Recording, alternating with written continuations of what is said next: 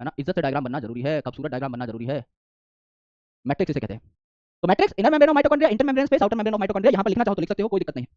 ये क्या है आपकी मैट्रिक्स है, ये है आपकी मैट्रिक्स, ये है आपकी इनर मेम्ब्रेन। माइटोकॉन्ड्रिया लिखने की जरूरत नहीं है, सबको पता है माइटोकॉन्ड्रिया कैसा दिखता है।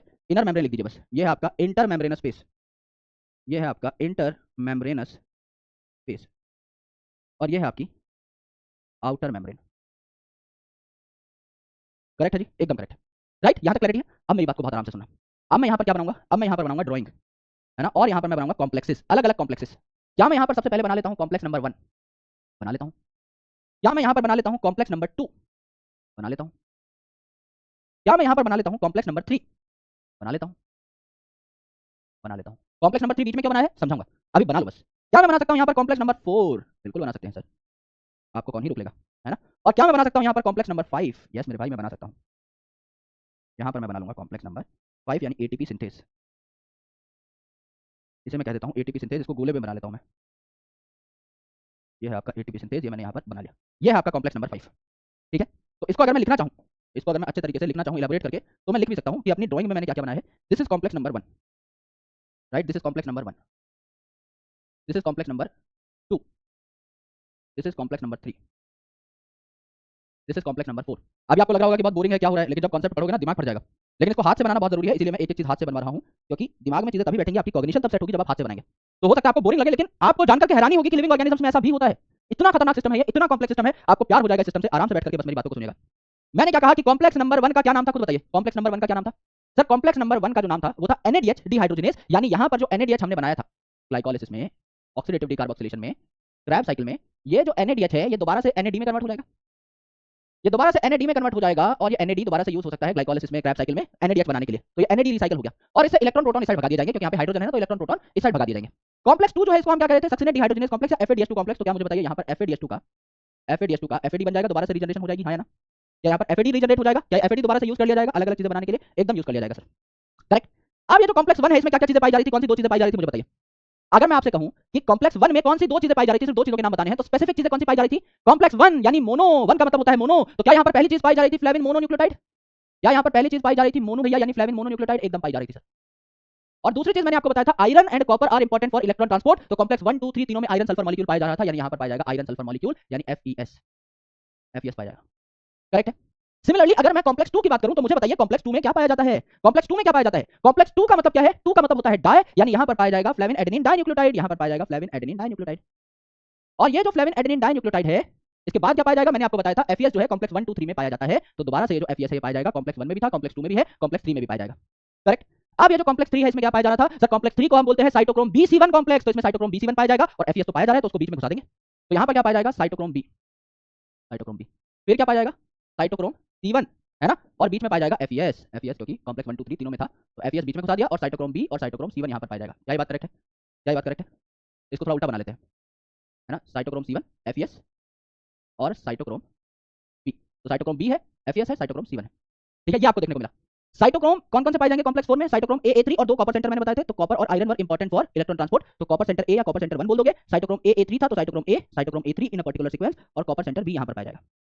क्या ये था? यस, यहाँ तक क्लैरिटी है। एक और बात सुन लीजिए, मैंने आपको कहा कि ये है माइटोकॉन्ड्रिया। माइटोकॉन्ड्रिया की मैट्रिक्स में 10 NADH और 2 FADH2 पड़े हुए हैं, जिनको हम लोगों को क्या करना है, जिनको हम लोगों को इस्तेमाल करके ATP बनानी है। तो माइटोकॉन्ड्रियल मैट्रिक्स जो थी वो मैंने यहाँ पर दिखाई हुई है, जहाँ पर NADH और FADH2 पड़े हैं, तो ये वाली बात मेरी करेक्ट है। इसके बाद है inner membrane of mitochondria. Inner membrane of mitochondria जो है, यहाँ पर इलेक्ट्रॉन ट्रांसपोर्ट सिस्टम के कॉम्प्लेक्सेस पाए जाते हैं। तो इनर मेम्ब्रेन ऑफ माइटोकॉन्ड्रिया है, दोनों लिपिड लेयर मैंने बना रखे हैं, आउटर लिपिड लेयर और इनर लिपिड लेयर, ये आपकी इनर मेम्ब्रेन ऑफ माइटोकॉन्ड्रिया है। इसके बाद है इंटर मेम्ब्रेनस स्पेस, दो मेम्ब्रेन के बीच का स्पेस, तो ये है आपका इंटर मेम्ब्रेनस स्पेस, जिसको मैंने IMS लिखा। और इंटर मेम्ब्रेनस स्पेस के बाद है आपका आउटर मेम्ब्रेन ऑफ माइटोकॉन्ड्रिया, जिसमें अगेन 2 लिपिड की लेयर होंगी, तो ये आपका आउटर मेम्ब्रेन ऑफ माइटोकॉन्ड्रिया की 2 लिपिड लेयर है। मैंने आपको बताया था इनर मेम्ब्रेन ऑफ माइटोकॉन्ड्रिया में 5 कॉम्प्लेक्सेस है। कॉम्प्लेक्स नंबर 1 2 3 4 5, 5 मैंने यहाँ पर क्या बना दिया, कॉम्प्लेक्स बना दिया। किसी भी शेप के बना सकते हो, ऐसे हार्ड एंड फास्ट रूल नहीं है कोई। तो कॉम्प्लेक्स 1 जो है इसका नाम था NADH डिहाइड्रोजिनेज। तो क्या इसमें NADH से ATP बनने के लिए आपके इलेक्ट्रॉन प्रोटॉन चले जाएंगे? NADH दोबारा से NAD में कन्वर्ट हो जाएगा। ये NAD दोबारा ग्लाइकोलाइसिस में लिंक रिएक्शन में NADH बनाने के लिए यूज किया जा सकता है, रिसाइकल हो गया, जैसे फर्मेंटेशन में हो रहा था। दूसरा FADH2 डिहाइड्रोजिनेज यानी सक्सिनेट डिहाइड्रोजिनेज, FADH2 से FAD बना लिया और इलेक्ट्रॉन प्रोटॉन इस साइड भेज दिया।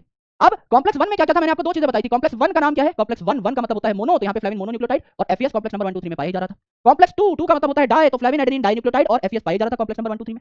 और कॉम्प्लेक्स नंबर 3 का नाम ही था साइटोक्रोम B C1 कॉम्प्लेक्स, तो पहले साइटोक्रोम B फिर साइटोक्रोम C1 और FeS पाया जा रहा था कॉम्प्लेक्स नंबर 1 2 3 में। और जो आपका कॉम्प्लेक्स 4 था इसमें थे 2 कॉपर सेंटर, तो 2 कॉपर सेंटर है और बीच में फंसे हुए हैं कौन? साइटोक्रोम A और A3। इतनी बात समझ में आई या नहीं, ये मुझे बताइए। या इतनी बात आपको समझ में आ गई है, यस और नो? झटपट बताइए भाई। क्या इतने में मैंने आपको कुछ भी याद करने को कहा? नहीं सर, सारी बातें लॉजिक से निकाली हुई हैं, अभी तक तो हमने कुछ भी रटा नहीं है। अब हम लोग थोड़ा सा आ गई डिटेल में समझ काम में करने वाले हैं सर, इस वेरी पर्टिकुलर गुड, बात के ऊपर। Thank you very. थोड़ा सा डिटेल में काम करने वाले हैं, आराम से सुनिएगा, प्यार से सुनिएगा, it is very very very important. अच्छे अच्छे लोगों को समझ में नहीं आता, बहुत ब्रिलियंट स्टूडेंट्स जो है वो भी यहाँ पर फंसते हैं। तो आराम से बात सुनिएगा, एक बार में समझ में ना आए 5 बार बताऊंगा, 10 बार बताऊंगा, कोई टेंशन नहीं है, आज इस टॉपिक को खोल के यहाँ से निकलेंगे। आराम से पर मेरी बात सुनिएगा।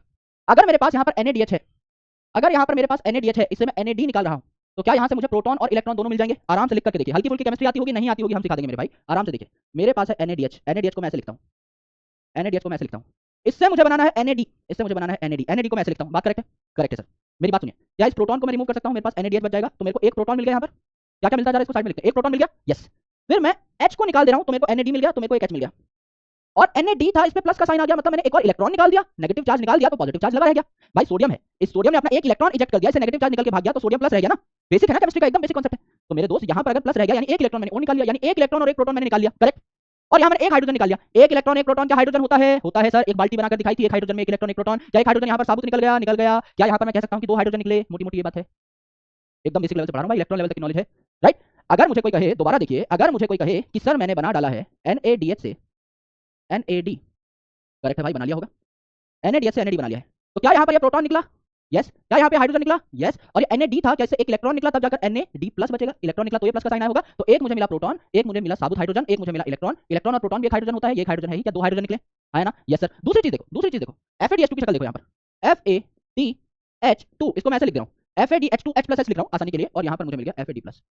ठीक है, अब देखो ये H तो सीधा सीधा निकाल दो, H सीधा सीधा निकाल दो, H सीधा सीधा निकाल दो, ये जो H है ये भी सीधा सीधा निकाल दो, और ये जो FAD बचा इसमें से आप क्या निकाल दो? इसमें से एक इलेक्ट्रॉन और निकाल दो। तो मोटा मोटा क्या आप ये कह सकते हो कि मुझे दो हाइड्रोजन ही मिले, है ना? कई जगह पे FAD को FAD भी लिखा रहता है डायरेक्टली, प्लस का साइन नहीं होता, यानी मोटा मोटा दो हाइड्रोजन मुझे यहाँ से भी मिले, FAD बच जाएगा, ये दो हाइड्रोजन सीधे सीधे निकल गए FADH2 के। यानी बहुत ज्यादा डिटेल में अगर आप ना जाओ, जनरल ये बात कहना चाहो कि दो हाइड्रोजन मुझे मिले, तो क्या बात करेक्ट है? एकदम करेक्ट है। अब अगर मुझे हाइड्रोजन मिल रहे हैं, NaDH की मैं बात करता हूँ, मुझे अगर दो हाइड्रोजन मिल रहे हैं, तो दो हाइड्रोजन का मतलब क्या है? मुझे दो प्रोटॉन प्लस दो इलेक्ट्रॉन मिले, दो हाइड्रोजन मतलब दो बाल्टियां हैं हाइड्रोजन की, एक हाइड्रोजन की बाल्टी में एक प्रोटॉन एक इलेक्ट्रॉन होता है, सेम एक और बाल्टी है मेरे पास, इसमें भी एक प्रोटॉन एक इलेक्ट्रॉन है, तो दो हाइड्रोजन मतलब मैं कह सकता हूं मुझे दो प्रोटॉन दो इलेक्ट्रॉन मिले, यस। इलेक्ट्रॉन कहां चले जाएंगे? ये जो इनसे दो दो हाइड्रोजन आ रहे हैं, इनके इलेक्ट्रॉन कहां चले जाएंगे? इलेक्ट्रॉन ट्रांसपोर्ट सिस्टम में, कॉम्प्लेक्स 1 से कॉम्प्लेक्स 3 पे, कॉम्प्लेक्स 4 पे, कॉम्प्लेक्स 5 पे। और प्रोटॉन कहां चले जाएंगे? प्रोटॉन फेंक दूंगा मैं बाहर, मुझे प्रोटॉन की जरूरत नहीं है। मेरी पाथवे का नाम क्या है? Electron transport system. मैं सिर्फ इलेक्ट्रॉन का ट्रांसपोर्ट कराऊंगा, प्रोटॉन का ट्रांसपोर्ट मैं नहीं कराऊंगा। प्रोटॉन मैं कहां भेज दूंगा? भाई इलेक्ट्रॉन तो इलेक्ट्रॉन ट्रांसपोर्ट सिस्टम में आ गया, प्रोटॉन जो बचे हैं इनको मैं इस साइड फेंक दूंगा इंटरमेम्ब्रेनस स्पेस में, इंटरमेम्ब्रेनस स्पेस में। पर क्या हमेशा मैं प्रोटॉन को फेंकूंगा? नहीं। क्यों? क्योंकि कुछ ऐसे इलाके हैं जहां पर इलेक्ट्रॉन अकेला मूव नहीं कर सकता, जहां पर इलेक्ट्रॉन अकेला मूव नहीं कर सकता, इसको बाल्टी में ही जाना पड़ेगा, यानी इलेक्ट्रॉन प्रोटॉन साथ में मूव करेंगे और हाइड्रोजन के रूप में ये ट्रैवल करेंगे। यानी कई जगह आपका जो पूरा का पूरा हाइड्रोजन निकला है वो साथ साथ ट्रैवल कर सकता है, और कहीं कहीं बार आपका इलेक्ट्रॉन इलेक्ट्रॉन ट्रांसपोर्ट सिस्टम में आ जाएगा, प्रोटॉन हम आगे फेंक देंगे। बात समझ में आई? एक और बार सुनो, मल्टीपल टाइम सुनो, बार बार सुनो, इट इज इंपॉर्टेंट। रेफरेंस ले लेता हूं मैं कि यहां से दो हाइड्रोजन निकले, दो हाइड्रोजन निकले।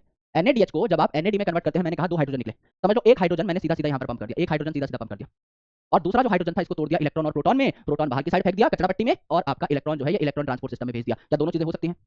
दोनों चीजें हो सकती हैं, क्योंकि कई बार आप फोटोसिंथेसिस में भी पढ़ेंगे, कई बार आपके बीच बीच में हाइड्रोजन कैरियर्स भी पाए जाते हैं।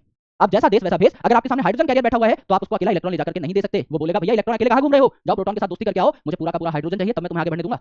तो आप क्या करोगे? इलेक्ट्रॉन प्रोटॉन की दोस्ती करा दोगे, हाइड्रोजन बन जाएगा, हाइड्रोजन कैरियर से पास होते ही आप दोबारा से क्या करोगे? इलेक्ट्रॉन प्रोटॉन में टूट जाओगे। जैसे कई बार क्या होता था, मतलब ये गलत चीज है वैसे तो, पर हम लोग भी दोस्तों यार में कई बार ऐसा काम कर लेते थे कि दोस्त है तीन, स्कूटी है एक, अब क्या करें? अब जहां हमको पुलिस वाले अंकल दिखाई दे रहे हैं दूर से, वहीं पर एक जना नीचे उतर जाएगा और उसको कहेंगे भाई तू चौक क्रॉस कर, हम दो लोग जो है मस्त हेलमेट लगा के चल रहे हैं, हम लोग एक बार पुलिस वाले अंकल से आगे निकल जाते हैं, उसके बाद दोबारा से लग जाइयो, दोबारा से बैठ जाना स्कूटी पे, यही तो होता है। तो भाई आप उनके सामने, पुलिस वाले अंकल के सामने से नहीं निकाल सकते तीन आदमी बैठा करके, लेकिन आपको वहां से क्रॉस तो करना ही है, तो आप उनके रूल्स को फॉलो करोगे। अगर मेरे सामने कोई हाइड्रोजन कैरियर है तो मैं अकेला इलेक्ट्रॉन लेकर के कैसे जा सकता हूं? मुझे हाइड्रोजन ही ले जाना पड़ेगा, तो मैं टेंपरेरी बेसिस पे प्रोटॉन से दोस्ती कर लूंगा, है ना? टेंपरेरी बेसिस पे प्रोटॉन से दोस्ती कर ली और आगे जाकर के प्रोटॉन से दोस्ती तोड़ दी, फेंक दिया साइड, बट तेरा काम खत्म हो गया है, अब मैं इलेक्ट्रॉन ट्रांसपोर्ट सिस्टम में जाऊंगा, मुझे सिर्फ ये रास्ता क्रॉस करना था, ये चौक क्रॉस करना था, तब तक मुझे तेरी जरूरत थी, उसके बाद प्रोटॉन को वहीं कचरा पट्टी में फेंक दिया और इलेक्ट्रॉन जो है इलेक्ट्रॉन ट्रांसपोर्ट सिस्टम में आ गया। तो कई बार आपको हाइड्रोजन जाता हुआ दिखाई देगा इस इलेक्ट्रॉन ट्रांसपोर्ट सिस्टम में, क्यों? क्योंकि कोई कोई हाइड्रोजन कैरियर्स बीच में प्रेजेंट होते हैं। जैसे हम बात करेंगे यूबिक्विनॉन की, तो वो एक हाइड्रोजन कैरियर है, तो उस पर आप लगातार इलेक्ट्रॉन्स नहीं पंप कर सकते, हाइड्रोजन भेजना पड़ेगा। और जैसे ही मेरे भाई आपका काम हो जाए, जैसे ही आप यूबिक्विनॉन को क्रॉस कर लेंगे, आप हाइड्रोजन को फेंक दो उसकी जगह पर और इलेक्ट्रॉन लेकर के इलेक्ट्रॉन ट्रांसपोर्ट सिस्टम में आगे बढ़ जाओ। यहां तक की बात समझ में आई?